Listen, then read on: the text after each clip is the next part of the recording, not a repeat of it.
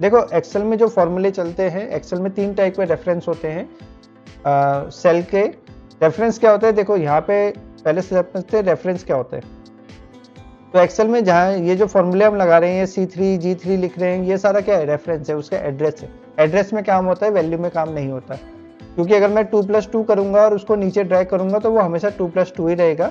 लेकिन अगर मैं बोलूंगा कि C3 + G3, तो C3 + G3 के अंदर जो डेटा होगा वो क्या होगा, वो ऐड हो जाएगा। और जैसे आप देखेंगे हम नीचे वाले सेल में आए तो आप यहाँ देख रहे हैं C4 + G4 हो जा रहा है, यानी कि फॉर्मूला अपने आप चेंज हो जा रहा है, रेफरेंस अपने आप चेंज हो जा रहा है। तो रेफरेंस में काम करेगा, यानी आपने एक बार बता दिया कि उसको इस तरीके से काम करना है, तो वो उसी हिसाब से ऑटोमेटिकली एड्रेस चेंज करना शुरू कर देगा। आप नीचे नीचे करते जाएंगे तो अपने सामने वाले सेल को उठाना शुरू कर देगा। तो एक्सेल में जो काम होता है रेफरेंस में होता है। अब ये रेफरेंस कितने टाइप के होते हैं, तो पहला होता है रिलेटिव रेफरेंस। रिलेटिव रेफरेंस में क्या होता है, जैसे C3 G3 लिखा है, ये रिलेटिव रेफरेंस है।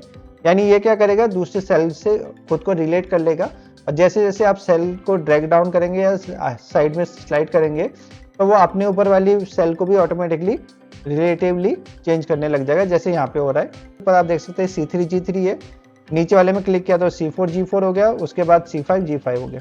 ठीक है।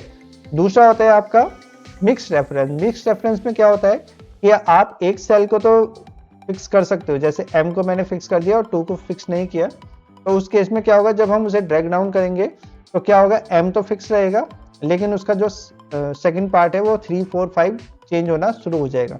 जैसे रेफरेंस का एग्जांपल देख लेते हैं। तो मैंने बोला M वाला सेल ले और 2 की वैल्यू को मैं फिक्स कर देता हूँ। ठीक है।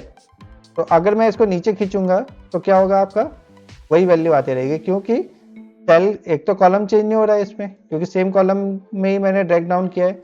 दूसरा क्या हो रहा है कि जो पीछे वाली वैल्यू है वो आपका मैंने फिक्स कर दी है। अगर मैं इसी को लिखता हूँ = M2, यानी एब्सोल्यूट रेफरेंस देता हूँ, तो जब मैं खींचूंगा तो क्या होगा, ये अपने आगे वाले नंबर को खींचना शुरू कर देगा। ठीक है। तो ये आपका मिक्स रेफरेंस होता है, जिसमें हम एक वैल्यू को फिक्स करते हैं, दूसरी वैल्यू को फिक्स नहीं करते। और एब्सोल्यूट रेफरेंस तो आपने देख लिया, जो मैंने ये M2 लिखा है, दोनों वैल्यू को आप फिक्स कर देंगे आगे डॉलर का साइन लगा के।